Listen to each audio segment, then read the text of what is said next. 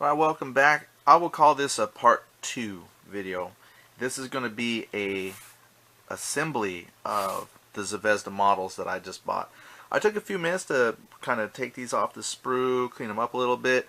I made sure to hollow out the turret.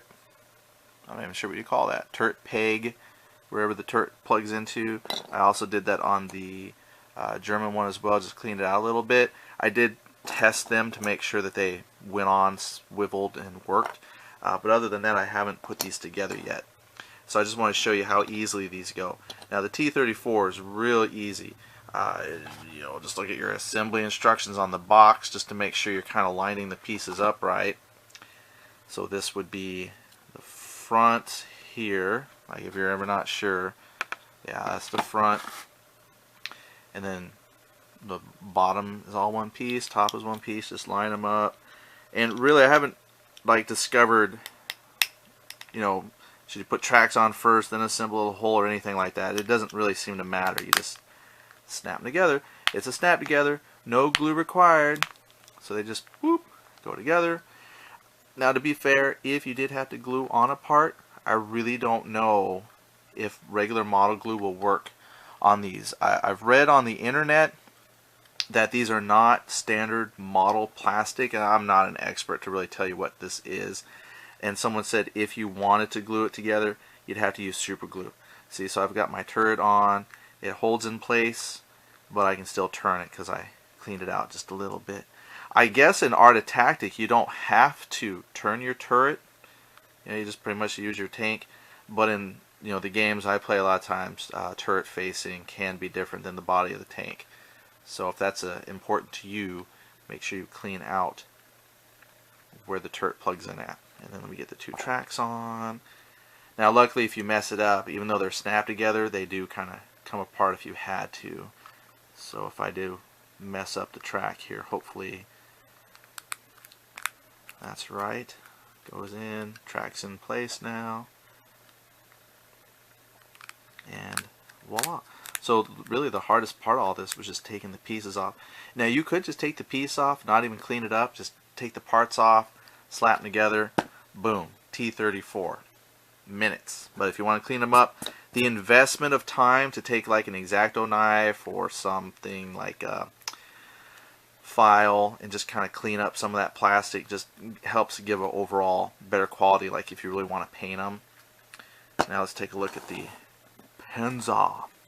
So find the front, make sure you line it up. That's my front. And then I have this section here. Make sure they get snug as a bug in a rug. Put the next part. Now this is the part that has a big old gap. So I'm just going to put them on there. And there's that gap. I just cannot get rid of the gap right there.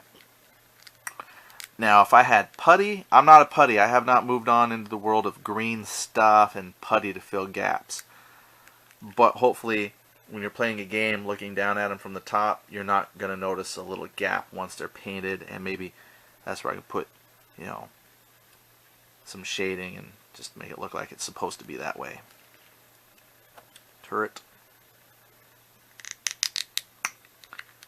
Turret rotates, and I can still take it off if I have to blow the tank up. Nothing gonna break there. I have the commander cupola here. Make sure I line it up. This was the only part that was the hardest, was just making sure you kind of line up your hatch so the door is lined up realistically. The hatch is there.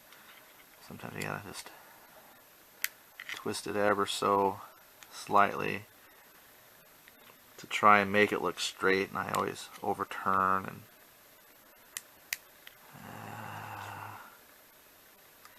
well, who's going to be looking that closely, alright? Alright, good. So that's on there. Commander's hatch on the back. And then we're going to grab the wheels.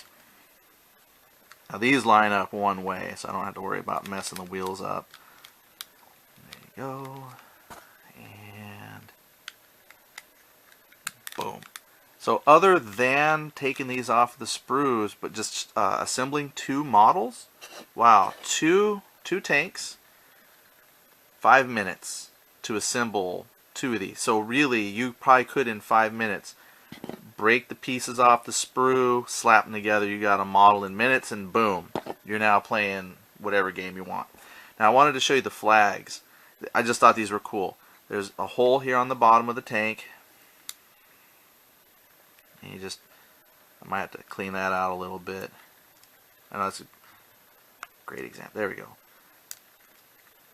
And then here's my Russian one. Now, as far as wargaming goes, I mean, I think that, to me, that's just brilliant. In their Art of Tactic game, I mean, you could do however you want to decorate your flag.